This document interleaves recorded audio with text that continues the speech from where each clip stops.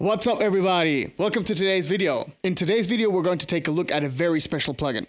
We're going to take a look at Neural DSP's Omega-Ampworks Granophyre amp simulation. And I can tell you one thing, this bad boy is a crushing metal beast. So without further ado, grab yourself a beer and let's start kicking some ass.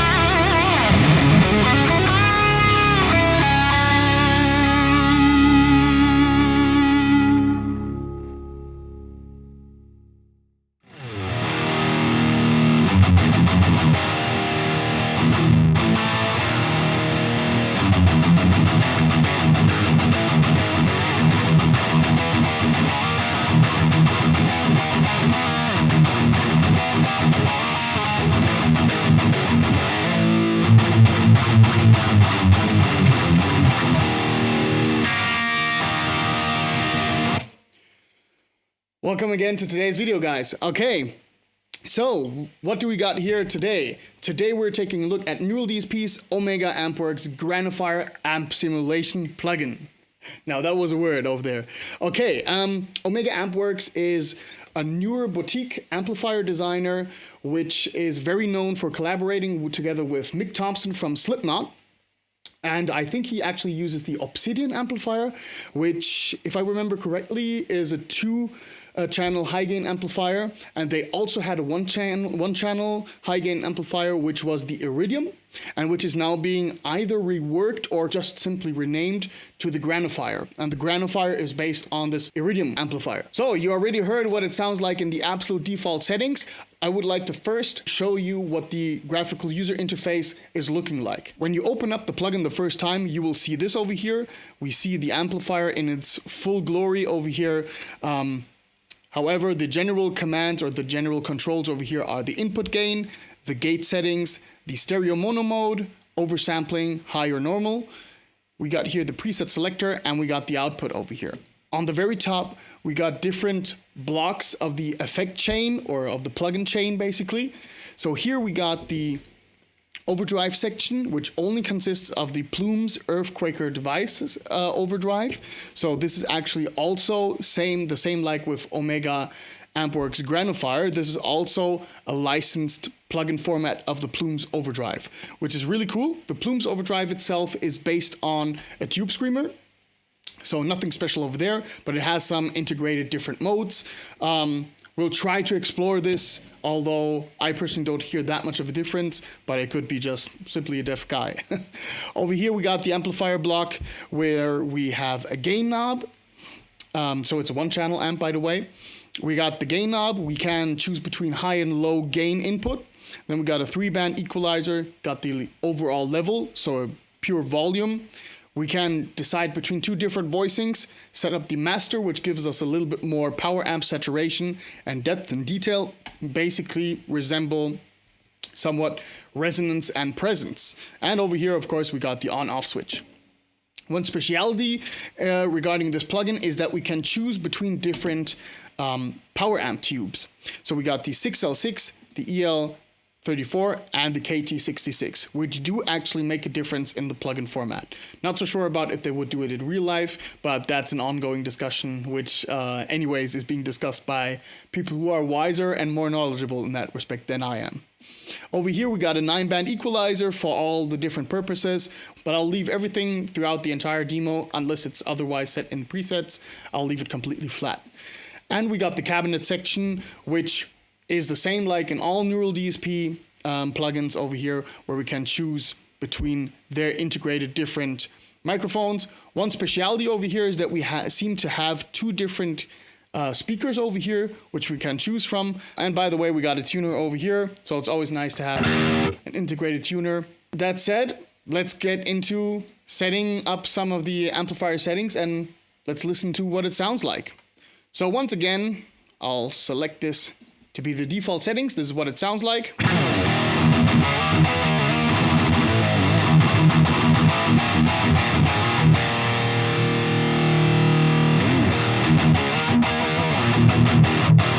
Now the high and the low settings are not that clear to listen to. It makes more sense when we dial down the gain a little bit so that we can more hear the difference.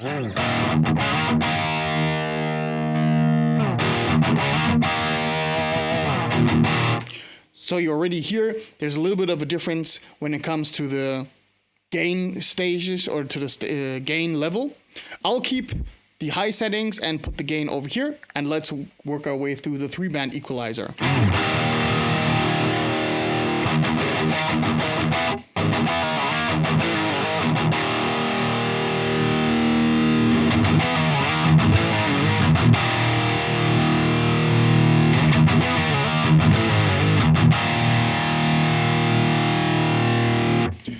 So very boomy bass over here, at least in my room over here.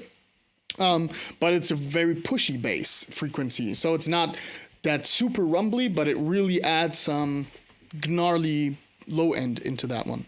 Let's check the mids.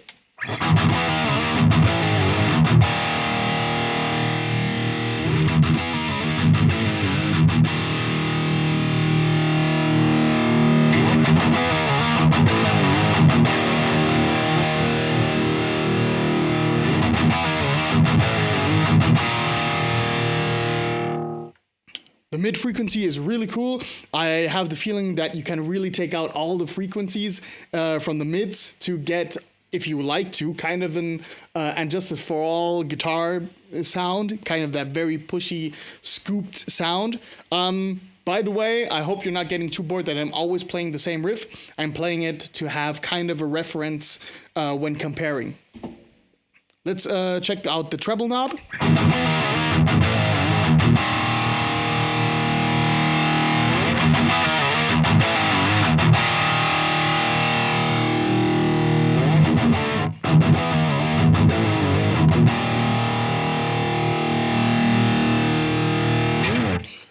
So I think the treble is a very effective knob because it really takes out the treble when you dial it down, but it doesn't give that super high-end sizzle when you actually crank it up. So that's very nice. I'll set the settings maybe somewhere here, like in this.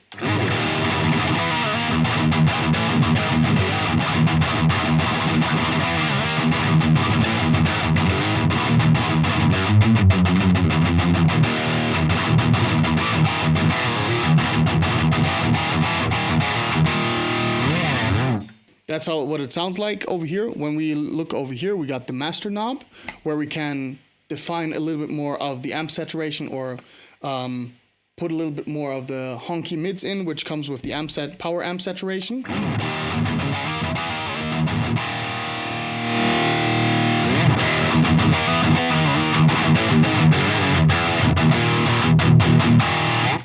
So that's a very cool, effective knob over there. And we got two different voicings.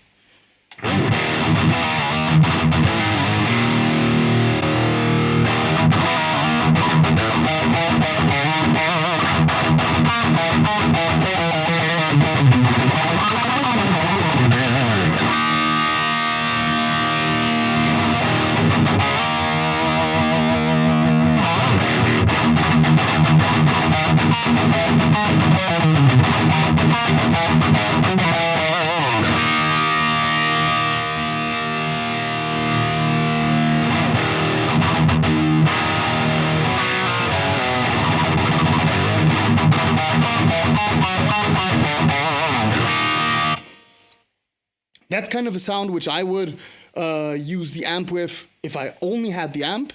Now, I'm a fan of actually using tube screamers or tube screamer derivatives in front of these amplifiers.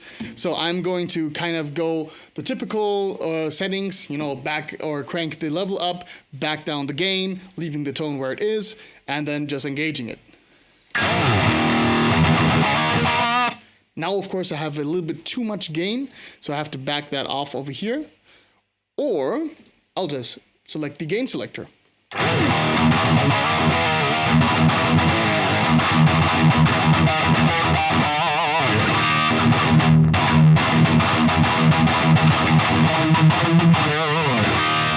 What I really instantly like about the sound is that it has some strange honky mids over there, but which kind of give that modern touch. Really cool. I like it a lot. Listen, try to listen closely. Maybe you'll hear what I mean.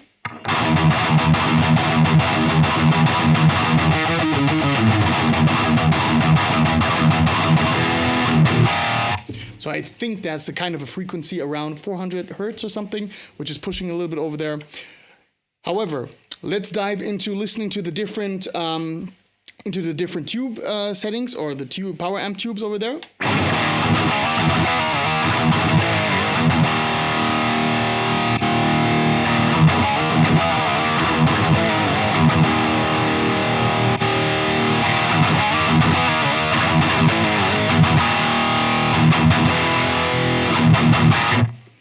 So I personally like the KT66 the most. It pushes a little bit the high end, gives it a little bit more of a kind of a studio finished sound, I would say. The EL34 gives it a little bit of a more muddy sound, but pushes it actually quite nicely. And the 606 is kind of in between, gives a little bit more of the mid characters. But that's just me. You might have a totally different impression, but I personally like the KT66 a lot.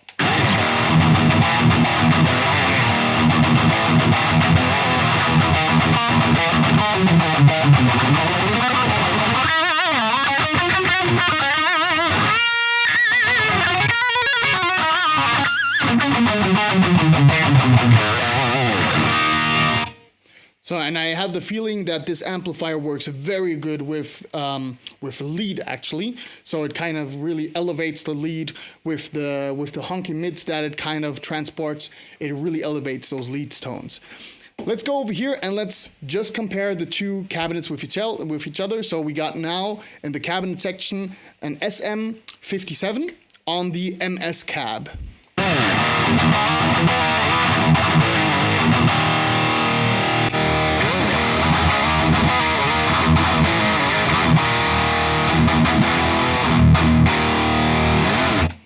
Now let's mix the two and let's listen to what it sounds, or let's listen to and judge how it sounds.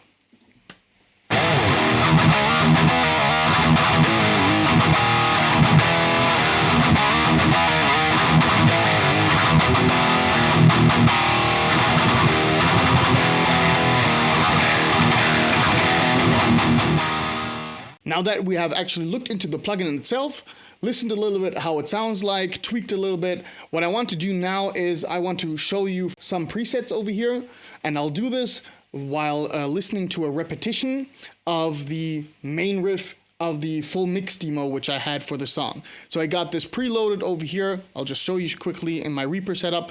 I got this arranged over here.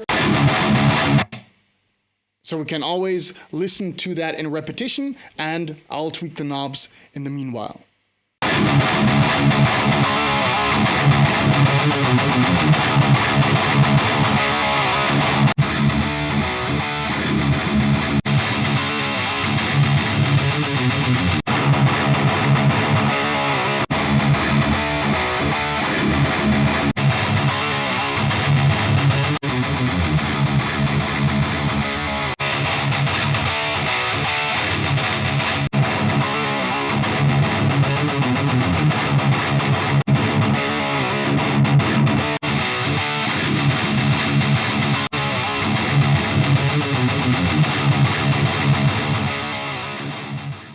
Now that we listen to the plugin with a guitar which is tuned to E flat, let's listen to what it sounds like when we use a guitar which is tuned a little bit lower. For this I got my Phoenix guitar which has a X2N from the Marcio in its humbucker position, and I'm using a preset which I previously created. Have fun.